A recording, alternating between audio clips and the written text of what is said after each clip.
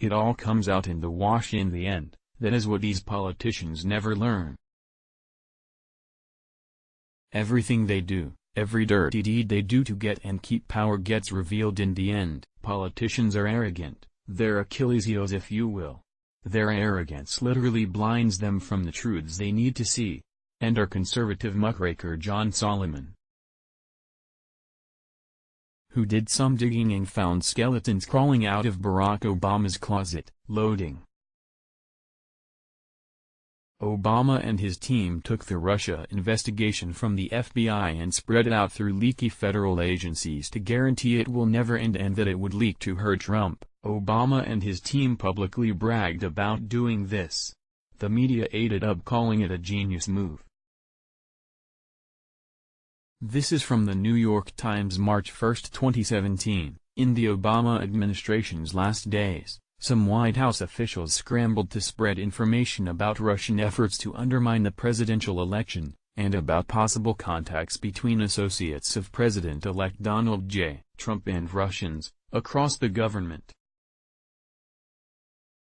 Former American officials say they had two aims: to ensure that such meddling isn't duplicated in future American or European elections, and to leave a clear trail of intelligence for government investigators. American allies, including the British and the Dutch, had provided information describing meetings in European cities between Russian officials, and others close to Russia's President, Vladimir V.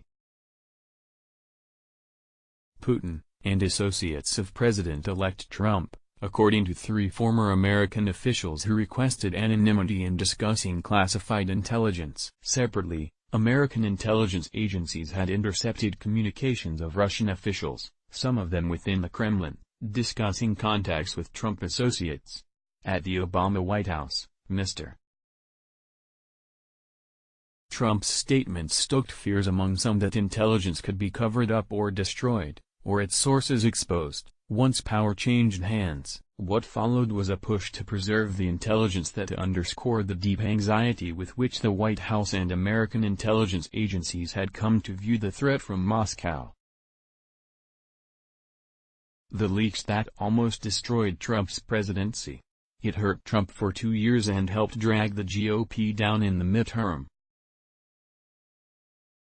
These selective leaks allowed the media to basically call Trump a traitor and worse. Whether the media knew they were getting played, or whether they were complicit matters not. The leaking is where it started, and we need to know if that was the plan along, to create a fake scandal to bring down a president, to use the slow drip method of leaking information without releasing the proof of innocence to a complicit, or just lazy media to destroy the new administration. This is a betrayal, any way you slice it. Remember, the whole nation was consumed by this story for near 2 years. And if so, did it all start with this? John Solomon wrote, as Donald Trump began his meteoric rise to the presidency, the Obama White House summoned Ukrainian authorities to Washington to coordinate ongoing anti-corruption efforts inside Russia's most critical neighbor. The January 2016 gathering, confirmed by multiple participants and contemporaneous memos, brought some of Ukraine's top corruption prosecutors and investigators face-to-face with members of former President Obama's National Security Council, NSC, FBI, State Department and Department of Justice, DOJ. The agenda suggested the purpose was training and coordination. But Ukrainian participants said it didn't take long, during the meetings and afterward, to realize the Americans' objectives included 2 politically hot investigations, one that touched Vice President Joe Biden's family and one that involved a lobbying firm linked closely to then-candidate Trump, U.S. Officials kept talking about how important it was that all of our anti-corruption efforts be united, said Andrei Tilizenko, then a political officer in the Ukrainian embassy in Washington tasked with organizing the meeting. Tilizenko, who no longer works for the Ukrainian embassy, said U.S. officials volunteered during the meetings, one of which was held in the White House's old executive office building, that they had an interest in reviving a closed investigation into payments to U.S. figures from Ukraine's Russia-backed Party of Regions.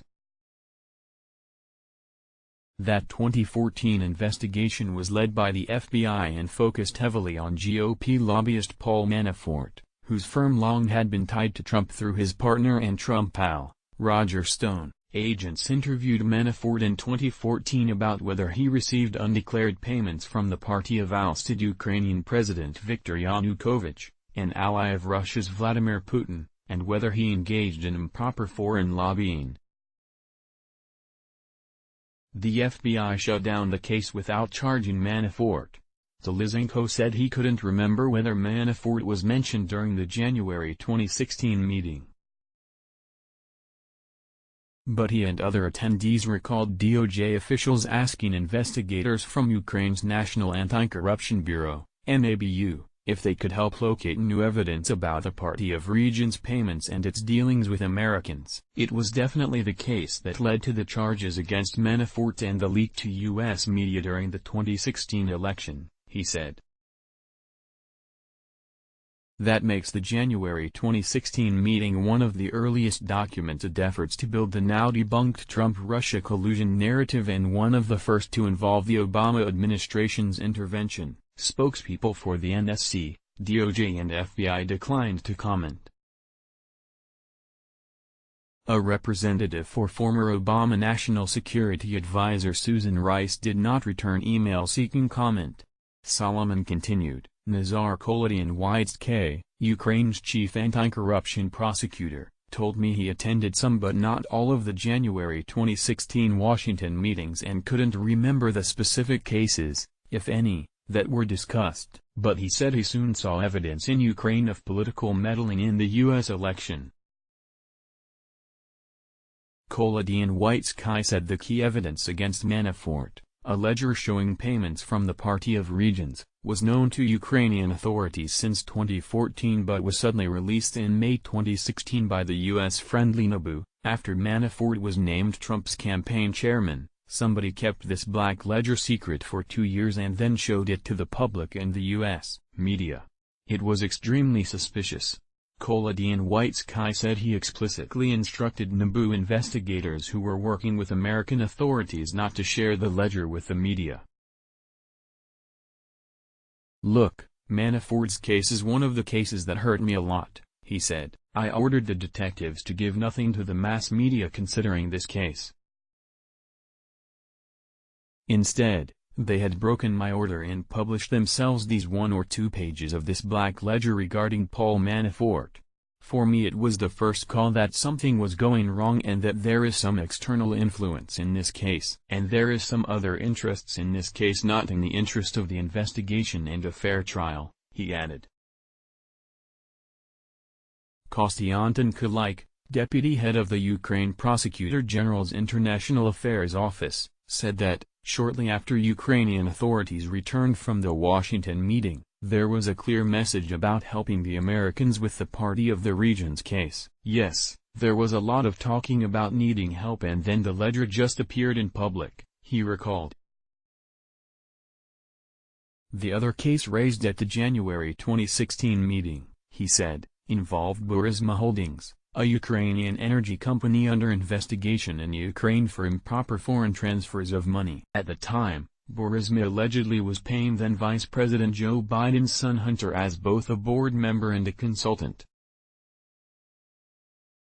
More than $3 million flowed from Ukraine to an American firm tied to Hunter Biden in 2014-15, bank records show. Telizhenko said U.S. officials told the Ukrainians they would prefer that Kyiv drop the Burisma probe and allow the FBI to take it over. The Ukrainians did not agree. But then Joe Biden pressured Ukrainian President Petro Poroshenko to fire Ukraine's chief prosecutor in March 2016, as I previously reported. The Burisma case was transferred to NABU, then shut down. Loading. Let's block ads. Why?